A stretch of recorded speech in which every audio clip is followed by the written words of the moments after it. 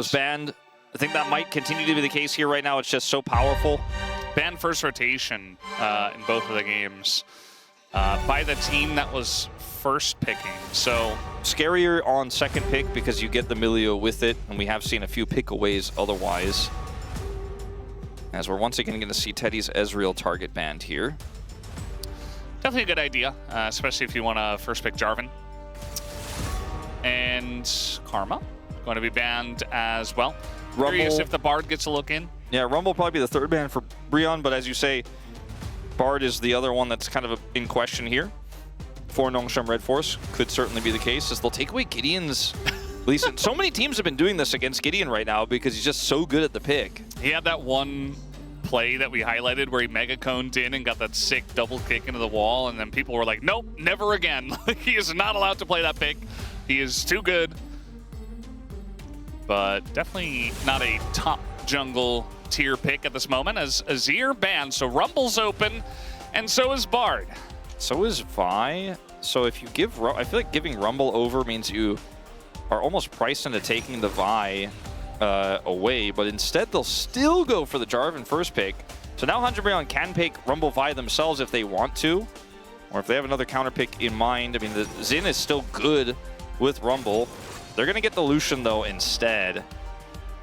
And so now, does Pleta steal the Milio away? Or just Ashe Seraphine? I think that's more likely. But then Diablo's playing Ashe.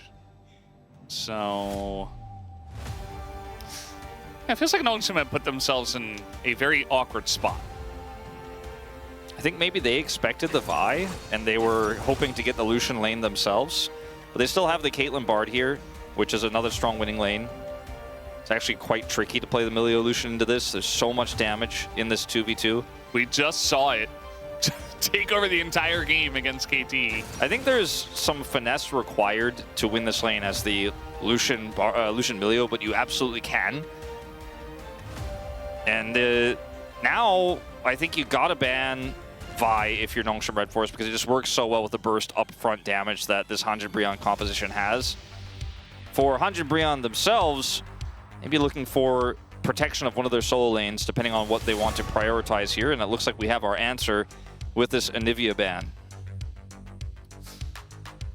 Now you can also try to thin the jungle pool out and go for 2 jungle bans here, Vi plus the Xin, for example. Nocturne, also a great shout with the Rumble.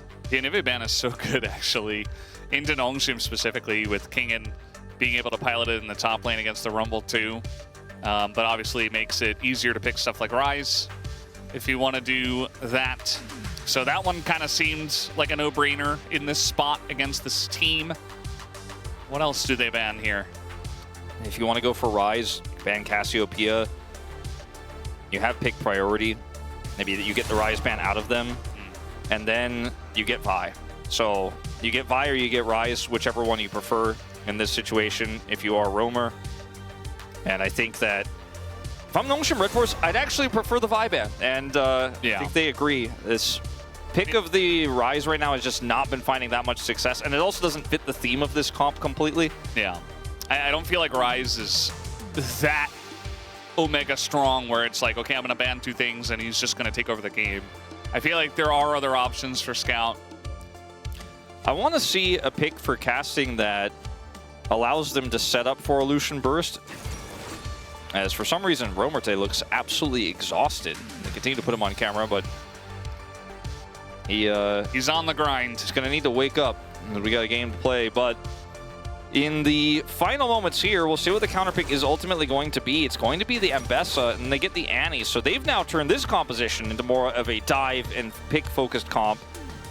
And this Lucian, it's great to play that into Lucian because Lucian has to go so far forward to do his damage and to put his pressure on, and that's where you often get caught. Talon.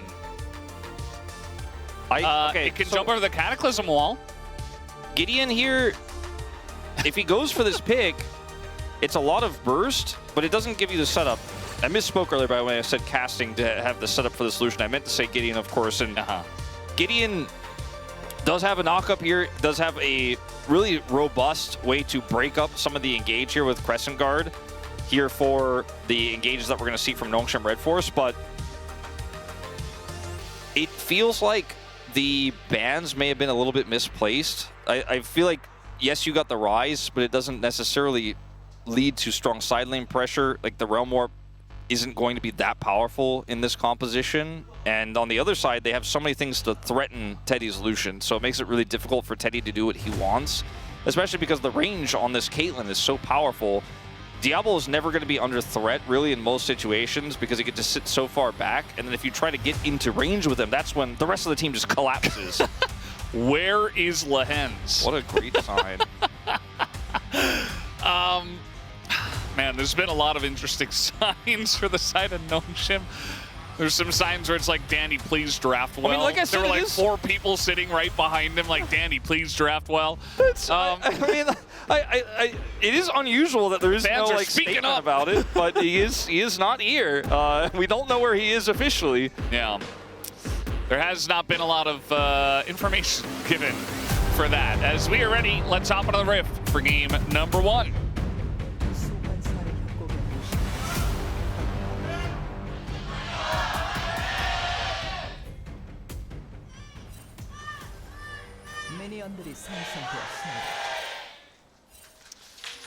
Here we go into match number 2 of the day, game number 1. As Bro on a hot streak, Nongshim on a cold streak, 5 losses in a row for Nongshim. They were 4-2 at some point. And didn't they lose that match to QMDRX early on? Yeah, that was week 2. Yeah. So that was one of their losses, actually. That was where they were 4-2, but that was kind of like the beginning of where we were like, Nongshim, what's going on over there? Yeah, that one was the kind of odd loss out where we were like, okay, that shouldn't have happened, but also felt like it was a bit of an overperformance from KirumDRX and it's on happened the day. again, Wolf, in round 2. Yeah. Another 2-0 from KirumDRX over It's Nongshim. history repeating itself. It does make you wonder about, like, it makes you question, were Nongshim ever actually a top team? Because for a while we all kind of thought they definitely could be. And right now it's going to take a little bit more convincing, but with this new support lineup, we'll see if that changes favor here, as this is a really strong lane for Pletta's re-debut. You know, he's going to have a lot of agency here, a lot of power, so it will be tested very directly, but also it's a pretty simple lane for him to showcase his prowess. It's also a pick where if he does not perform, it's going to be pretty obvious. Like, yes. We've seen Bards take over games, but also Bards somewhat single-handedly lose games. So yeah, certainly a lot of pressure for him coming back. It does feel like whenever Pletta does come back nowadays, it's like, well, perform or you're getting benched again. Pletta's played a lot of eclectic picks in the past, like the Pike. We've also seen him play double marksman. Very flexible. Oh, flash on in. Scout in a lot of trouble here. That should be first blood. That easily, Roamer will pick it up in the mid lane as they take down Scout already. Well, that's a huge win, and yeah, that's early game Gideon for you. And when he is firing with this team, you know, regardless of where he's applying that pressure, he has just constantly generated early game leads, like all season long. I keep going back to it, but my first wow moment from him this year was when he did it to Kanavi in their first series against Honda Life Esports at the very beginning of the LCK. Just been so good at finding this. Now, this is Scout with no vision here on the river. Fights back towards the brush, and it's as simple as follow flashing here for Roamer and Gideon to take him out. Yeah, I mean, you got to expect an early gank from Gideon. Obviously, Scout was in a position where he wanted to push that wave in and then back away, or potentially play safer after that. Could have maybe expected it bot as well. We've seen a lot of bot level 3 ganks, but he elects not to go there and maybe kind of against the flow of what we expect. He goes into the mid lane, and maybe that's just because of Scout's positioning or because there's a Rise there, which is obviously very easy to set up the ganks. So either way, a good choice from Gideon. Looks like Teddy and Namgung are doing fine down here in the bottom lane. I feel like I haven't seen from a, you know, east side player a performance like this in jungle, because you're playing on an east side team, right, that doesn't necessarily always have prio, always have control, where Gideon just keeps finding consistent pressure. It's Peanut-esque, as right now Kingan's worried. He knows there's a possibility he's going down here. There's no flash on Gideon, so he should be fine. But still, again, pressure acquired. It's really reminiscent of Peanut specifically because in so many times in the past, Peanut would like always get something from a game. There's always at least something gained. And in this case, it's the same story as Diablo's in trouble. Yeah, Diablo in a lot of trouble here. We are going to see Electrocute procs from Pleta, but that's still a winning trade here for the bottom lane of Teddy and Namgung. Teddy did use his... I thought he used his barrier in that trade. Perhaps not. Yeah, I guess not. Maybe it was just the Milio shield you saw there. Yeah. That Diablo did. Yes, he did. For sure. And no flash down here for the side of Nongshim off of that trade, so I think they're overall okay with it because they still have a lot of pressure here even without the barrier because of the range advantage and the poke that is much stronger for the Bard, especially with Electrocute. Electrocute Bard has just taken over the LCK. You buff Electrocute enough times and players get mastery of Bard, finds out, you find out quick. It's one of the best range supports. Bye-bye Nico. Yeah. Old news. Yeah, it's kind of crazy. I mean, it was really just Keria, and like Duro would play it very occasionally, and then slowly but surely everybody was like, well, I guess I got to learn this. Like, I was avoiding it for a long time. I wasn't very comfortable. And then now everybody's playing it. And if you don't play it, maybe you get subbed out, or maybe you just... you have to pick other stuff like Seraphine and just kind of rely on other strong bottom lane duos and spanning the Bard. And we might see the same thing evolve for like the Halo Blade Skarna we saw from Kellen earlier today. It's too early to tell, but it looked pretty good. As Sponge is here, and Teddy still has flash. He's got no ult for Namgung, so it's going to be tough. They have heal, they have barrier. I mean, flashing forward from Teddy, though, very dangerous. Going to take a bunch of damage on the backside of this. Sponge flashes out, and Diablo picks up the kill. As Teddy, he wanted to convert that play into something more, and he gets punished. I thought maybe just flashing away to the left side there could have been the better play, but he wanted to make sure he could secure the kill in exchange. And he gets the flash out of Sponge, so it's not worthless, but definitely it feels like he could have maybe even survived there and doesn't get anything out of his barrier. This mid lane is not going well for the former EDG mid. Getting pushed in hard, did get killed earlier with a gank from Gideon, and it just feels like right now Roamer is taking everything from him. As we'll watch this flash angle here from Teddy again. Can't flash between the turret and the wall there, which is often an ideal location because of the really well-placed trap, but wants to do the damage and dies as a result. Gideon's pressure being felt. I mean, they have a lot of pressure from mid as well, especially because Scout backs away. So Gideon just able to get on in there, steal the red buff away, take the Raptors away, and Sponge on the Jarvan. He's still going to be able to press Cataclysm and do things that Jarvans do, but the momentum that Gideon has and how powerful he is going to be will certainly be felt, you can expect. Definitely. So Caitlyn getting ahead in the early game, in the LCK. It's been happening a lot. And oftentimes it's through just lane power with something like a Bard, but it's also often through ganks and denying farm from the enemy AD carry. They got the kill, but they're not in a position yet to just push Teddy out of the game. It is a Lucian Milio lane after all, and Namgung will eventually hit level 6, so dive threats are not as potent as they could be otherwise. Although with the Jarvan here, still a powerful threat to this duo, but feels like there's a lot of safety here, so I think this might be the maximum that Nongshim can get out of the bottom 2v2 in terms of advantages here, but we will have to wait and see. Yeah, pressure's still on. Bro does have that 1,000 gold lead, just all on the top side of the map. The Rise, the Xinjiao, and also casting. For the Mbessa, which Kingen picks face up into the Rumble. You don't necessarily feel very good early on. Yeah, like very early on, you could do okay, but casting put the wave in a really bad spot for him and then started to generate a large lead there. The Hex Drinker buy for Kingen feels necessary, but it isn't long-term very helpful. It's going to be decent into the Rise later on, I suppose, with double AP, which is part of why he builds it, but just delays everything else you want to be as Ambessa. And we'll see if Teddy can get out of this lane and get unlocked in the mid lane where he can put more pressure on elsewhere. It's always going to be tough with this Caitlyn maintaining the advantage. And Diablo has been known for his aggressive trades. He will not just take the chip from Teddy. He won't just run away. He might actually look to punish. And with the Bard here, and also a Jarvan, certainly possible. I really love how Nongshim built a punish draft for the Lucian. As Scout is just going to drop a bear. Yep.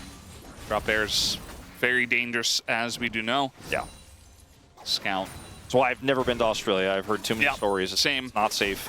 Can't go there. It's not a thing.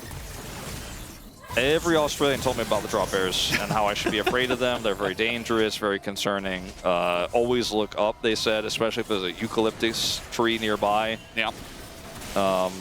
Said marsupials aren't all peaceful, so I definitely gonna... Are they nocturnal, though?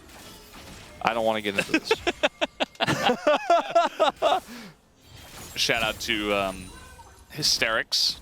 Hope he's doing well. I'm sure he is. Been enjoying his inner monologues. Great content. Yeah. We've talked a lot about, like, Nefarian dogs. We never mentioned dingoes, you know?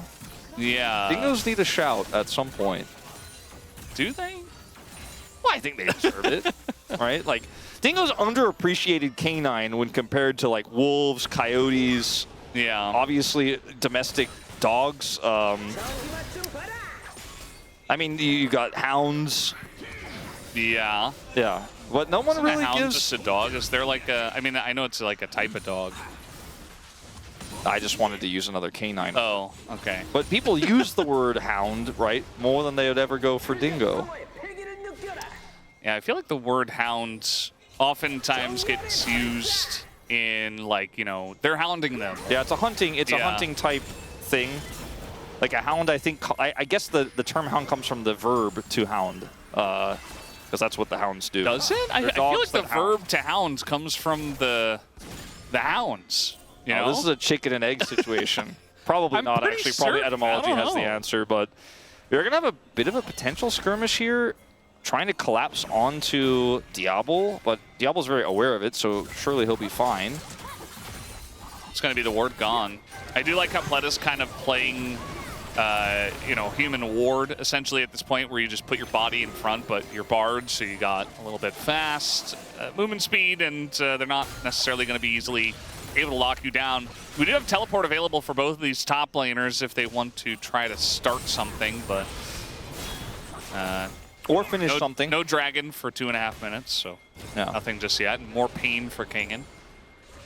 I just mentioned the finishing part because usually the Rumble doesn't like start the thing. Sometimes he can. It's Kingen who's considered to be one of the best Rumbles in the LCK. And he's playing into it this time around on the Zambesa. He hasn't backed for a while, still holding onto that Hexstreaker buy. They both have teleport now, so that's just kind of the way of top lane. Will eventually be able to buy an item, gets a pickaxe and 2 long swords. With all of that money, he's banked up. Teddy is alone here, actually. Stay and get some extra gold. The rest of the top side is very bro-favored in terms of gold. The lead that was picked up from Roamer has kind of compounded a little bit. Obviously, the Rumble, same story. But bottom side here just have not actually been able to put this Caitlyn down. And her lead has gotten larger as they take 4 plates. I mentioned I thought the lead that he had earlier was going to be about as far as it could go. But with no attention down here, or at least no successful attention, because we did see some, Diablo is still just running away with this one a little bit. And it's been a quiet game earlier on. Bro and Brew, you know, just a classic. Hanging out, talking about hounds. Gideon is going to be temper faded, but that is a Xinjiao with flash and crescent guard. So potential first test here for Pleta, not exactly passed, but that's fine. Just trying to, you know, get presence in the bottom side, you know, try to push the enemy jungler away, trying to get some presence here and maybe go for the second dragon. As Gideon is going to go in and tries to go in onto Diablo and Pleta. The flash doesn't really do anything, but they are going to get on top of Sponge here, who has to flash himself. Does flag drag away, but now Roamer comes on over, and the aggression is there. No help for Sponge, as a bit of damage does go into Gideon. If the net lands, maybe they kill him. They wanted to give the kill over to Teddy so badly, and then they still flub it in the end, and Gideon picks it up. But ultimately, a lot of resources used here for the side of Bro to get that done. Roamer flashing as well as Realm Warping in. Ultimates are all dropped down. But I don't think this is going to be punishable here for Nongshim, so it is going to be worth in the end. As Gideon initially decides, okay, I can go in here with my Crescent Guard, buy enough space. They wanted to stop the magical journey, but he's unfortunately unable to do that. Because Roamer is here, they are still able to get Sponge, because he gets the root here, which is buffered by Sponge. There's just no way for him to get out. And unfortunately, Teddy does not pick up the kill. That's definitely what they wanted, but still, the Xin will use the kill gold very well. Yeah. And the gold lead has shrunk here a little bit in the bottom side of the map. I feel like Nongshim have to be careful about putting on too much pressure in the bottom lane just because Ryze is dominating mid and he's Ryze. So, you know, the Realm Warp's going to feel pretty good. They're going to catch Roamer here. What if they just dominate the Ryze? There's going to be a couple stuns that do go in, but Roamer with the Catalyst is pretty tanky at this point in time. So he's just going to back away from that one as the ult be interesting from King. And he's going to try to flash, but Casting picks up the solo in the top lane. By the way, in the meanwhile, Teddy is getting like the whole mid turret. And suddenly this lead for the Caitlyn is going to evaporate if there's no answer here. I mean, he's legit just going to finish this whole turret off here. And watch that gold leak shrink even further down to 300 now. At one point, he was almost at 1,000, the advantage. Flash stun does come in, and Scout kind of just gets a free kill in top lane, as that's a little bit unfortunate for Casting. Yeah, greeting pretty hard there because he had TP. Good punish comes through from Scout. Did have to flash, but absolutely worth it. Actually puts himself into a gold lead briefly as a result of it. Watch this one more time. Yeah. I guess he wanted to cleanse the harpoon. I don't know. I guess. I think maybe needed to use it earlier or aggressively, but there was no way he was going to win that fight. So just a really nice calculation there from Casting until he stayed too long and got flashed on by Scout. Yeah. Second Drake wasn't taken by either of these teams, so it does look like Bro have a pretty good setup there. Should be splitting Drakes in this early game. And also 3 Grubs. Could mean that this Ryze does get some potential value in the side lane in the later stages, but we'll see how strong King gets if he ever becomes a real champion in this game, because right now he's not. Really good call here, how Nongshim are playing knowing that Gideon's on this dragon. They're playing incredibly aggressively, looking for this Herald take, but they don't do it quickly enough, and Scout didn't TP down, so they had like all the tools, I think, to go for an early Herald take and look for a turn, and then they just didn't do it. And unfortunately, that as a result, now Bro have a real contest angle, and they have that dragon, so one apiece here to the Chemtech Soul. Gideon is also on Vision. See if Sponge tries to make anything of this. I don't think so. Trading all for barrier in mid. Does look like Diablo, you know, right back to work on the Caitlyn. He's going to start pushing the mid turret. And, you know, it's not the first time a team with Diablo has felt like he is the one-win condition. But, you know, starting this Herald here, it looks like Bro with the engage cone here from Gideon, but they immediately turn onto the Xin Zhao, who does have the Crescent Guard. Rift Herald kind of in an awkward spot. A lot of low health bars as the Bard is out of here already. Sponge as well is just going to go in, and that's going to be the end of the Rumble, but immediately trades back on the Sponge. Teddy has to flash away. He's getting low. That's going to be a zoning ult from Pleta. He does get a flash from that, so kind of just pushes them out of the fight. Bizarre fight there. We got the... Nothing. We don't have anything. A near... Never mind. A near public execution. Yeah, it's slower now. It is nerfed. I think teams are still... Their top lane is still calibrating a little bit. I think it's kind of a weird nerf personally, because I thought before it wasn't too oppressive or anything like that. I thought it was really cool. Now it feels a little laggy. Just feels dissatisfying. Now this fight is initially set up really well by Gideon here. Unfortunately, Casting's ult is pretty... It's pretty lackluster, as we are not done. Yeah, it looks like King probably not very long for this world. Doesn't have flash and doesn't have a health bar anymore. Roamer gets up there with the gank. And this Ryze is getting pretty big. And the struggles of the Ambessa continue here for Kingen in particular right now in this game. Okay, well that last fight was pretty decent for Bro. The Rumble ultimate wasn't super high value. It zoned, but they couldn't actually collapse in and punish with it, but they were able to escape. Here it's just Kingen pushing this wave really grilly. It's not... The first time we've seen a top laner do that this game was earlier. We saw from Casting after getting that kill, he stayed too late, but this is a little bit more extreme in Kingen's case. And down he will go. Roamer, like you said, Starting to be a little bit larger, but he's only 560 gold ahead of Scout. It's not like the lead is insurmountable, but he's going to get his rod completed at some point. Well, specifically in a less than 5 minutes point. Once that's done, though, my point is that he'll be closer to hitting level 16 and doing massive amounts of damage all over the map. So that's a little scary. Diablo really has had one goal in this game, and that has been to push turrets. Got bot turret, mid turrets, 2 plates. Rift Herald just go over to Gideon. And Diablo is going to take a little bit of damage, but he's fine. That was the Milio effect right there. That Lucian getting a bit of extra reach, but isn't going to be any sort of CC that can lock Diablo down, so it doesn't ultimately amount to anything there. This top turret, though, looks like it's just going to straight up go down, and Kingen he is not enjoying his time, no matter where he is on the map right now. And everyone else is enjoying interacting with him because it feels like he's a treasure goblin and this one dropping money everywhere. Oh, we are going to have a little bit of a scrum here over the red buff. A scrum, you say? Yes.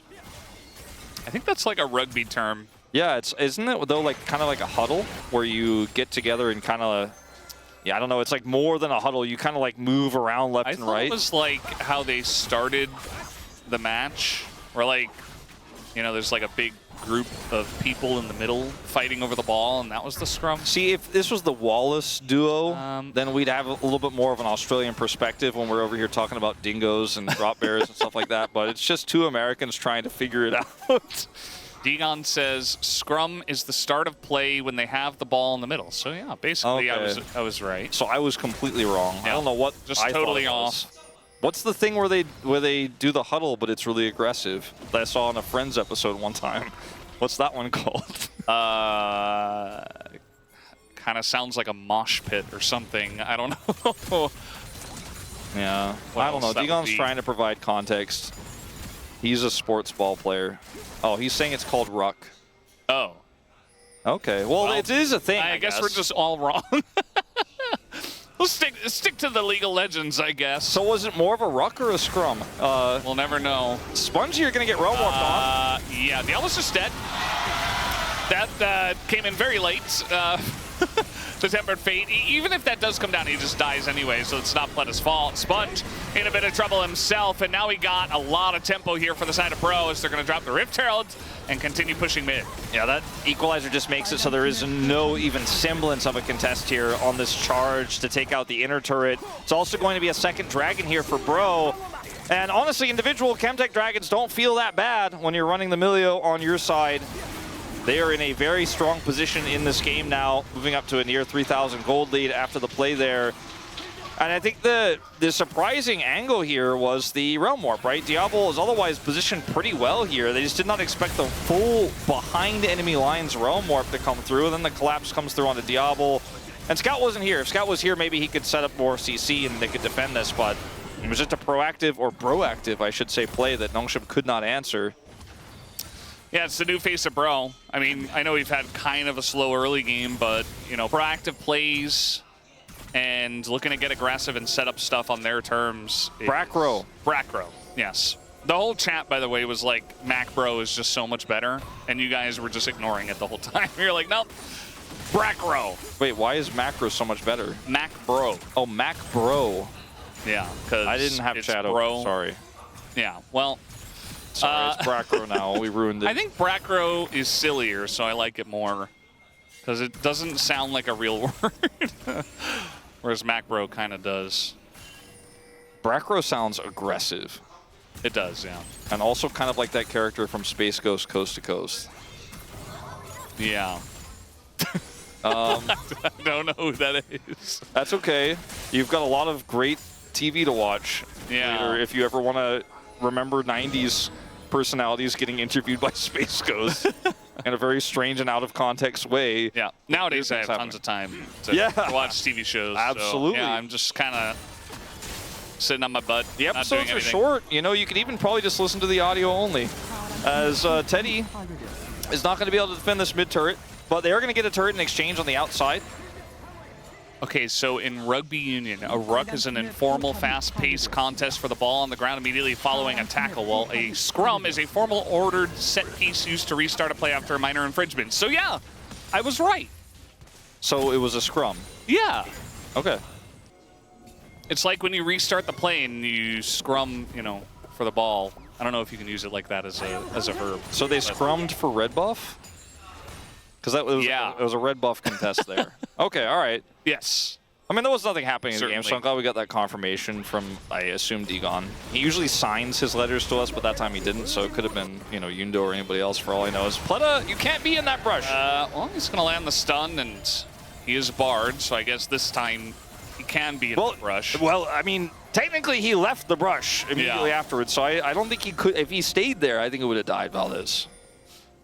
I think you're right, yes. He took a lot of damage, which won't necessarily matter, but we're looking at, Baron is too hard to set up for us. This is optimistic from Sponge. But, won't casting see him. I think he has an idea. Yeah, a bunch of pings came down, so they're like, hey, he's taking your Gromp. We don't have either team in a position where they can start Baron, although with the actualizer here for Roamer, I suppose Bro are getting close to being able to actually get that one going. But as a result of it, we're going to have a bit of a slow, what we like to call in the LCK, lull state here, where nothing is happening. Bro and Brew.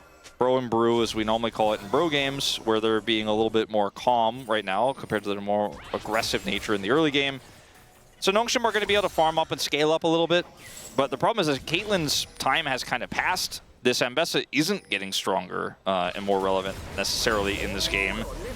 So really, it's just them trying to find a punish here while Bro are kind of crossing their T's, dotting their I's type of thing.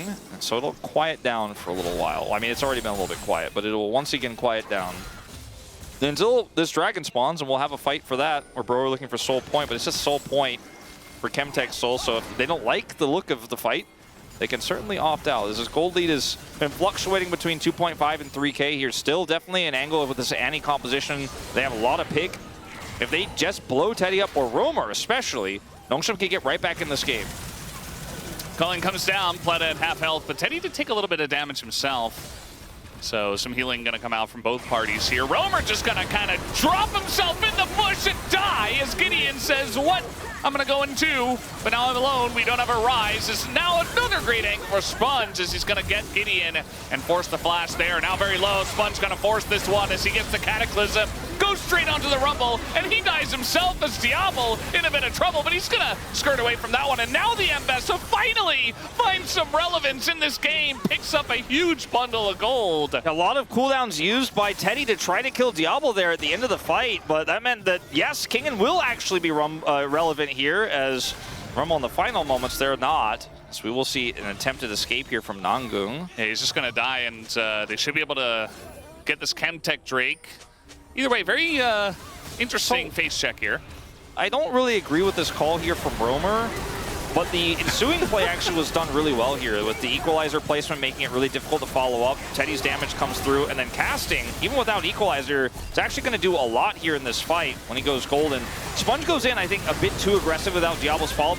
Follow-up from Diablo is a little bit slow here. Then watch Teddy try to go on to Diablo and now just be a little bit out of his element and die. I think if he's kiting back here, maybe they don't end up getting those kills.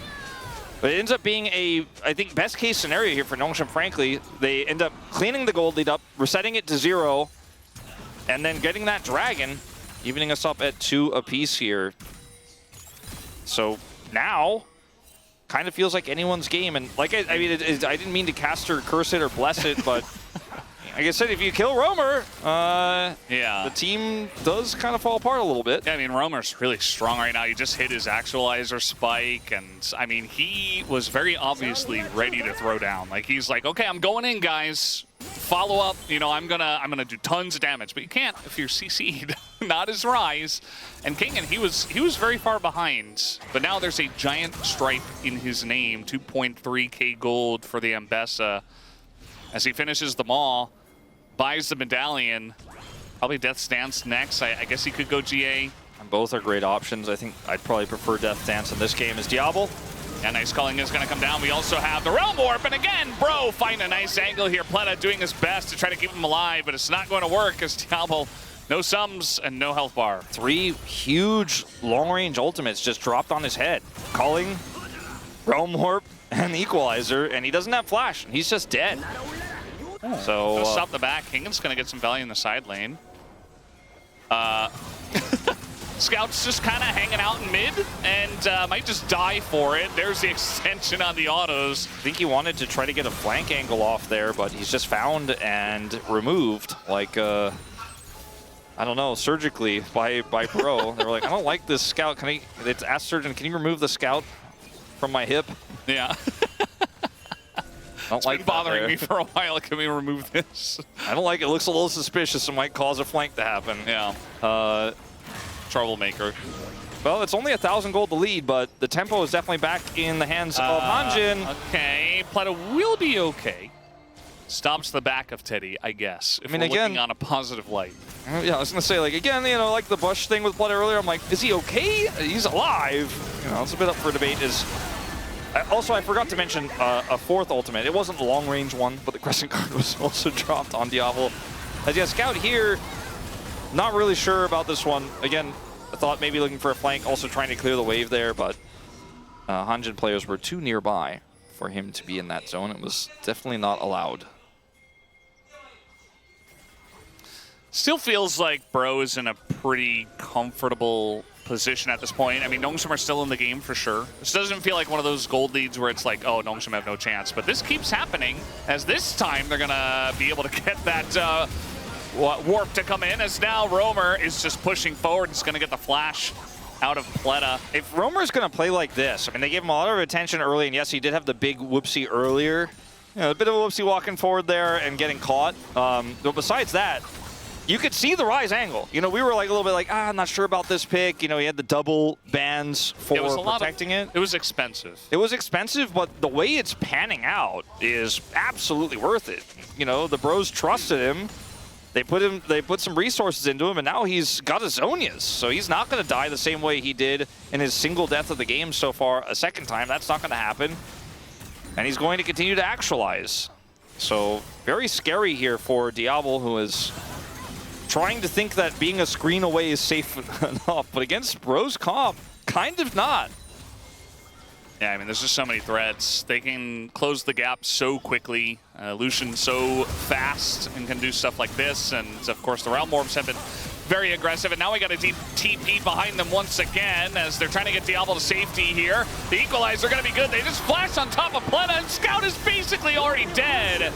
And now Kingan not in a great spot himself, trying to make his way to the disengage cone, and will be able to.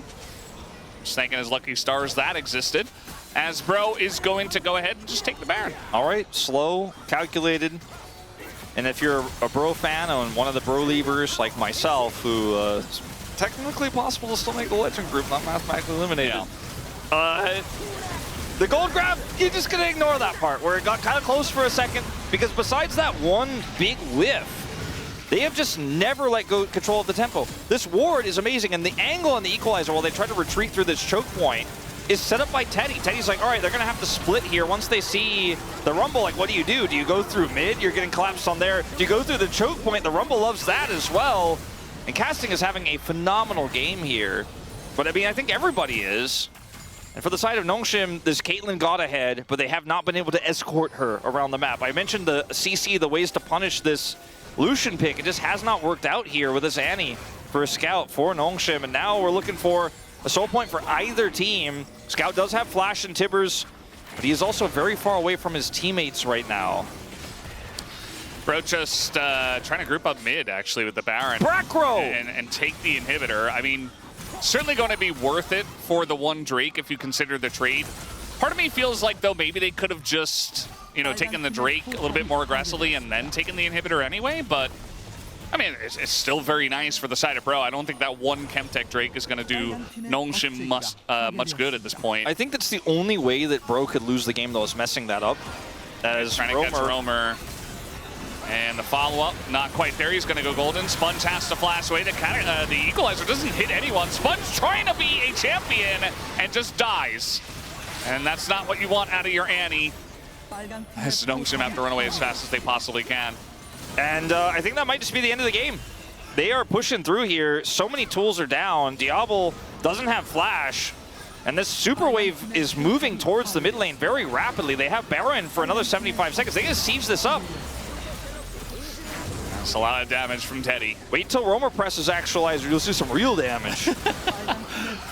Look at his positioning on the rise. He's coming in. All right, they're just going to press their buttons, go straight forward. That is going to be the GA going down, but they're just trying to brute force the Nexus, and I think they should be able to, as Casting tanks it up, and the Nexus does go down. Bro, a solid victory in game number 1. A little bit more notes for Scout on this Annie. I think just not finding the value that he needed to with this composition that was so revolving around his ability to set up and peel for Diablo. He did a lot of damage with Tibbers, don't get me wrong, but he certainly did not do his job 7 as Annie. So number 7 from Digon. 좀 버티고 칠게. 잘하면 놓고 끝내자 이번에. 4초. 민성아 나 이거 백업 봐줘. 물릴만 해. 오케이 오케이. 잘하면 높을 놈이야 얘들아 지금. 확인했어. 브라인드로 끝내자 이번에. 30중이야. 나 3타 모아놓을게. 위로 줄게 나 위로 가볼게. 각 벌려봐 얘들아. 라인 쓰면서 나 거야. 각 벌려봐. 나 위로 가볼 거야. 바드 피상탄 줘. 타워 치면서 보자. 타워 치면서 봐 얘들아. 쭉쭉 쳐줘. 각 벌리자 얘들 3포야. 라클 없어 라클 없어. 타워 치면서 와. 그만 빠졌다. 같이 함께. 일단 자랑부터. 자르반. 캐틀 봐줘 캐틀. 땀봐. 타워 쳐 얘들아. 끝났어. 타워 쳐줄래? 타워 쳐줄 거야. 타워 쳐준 줘. 굿. 오 나이스.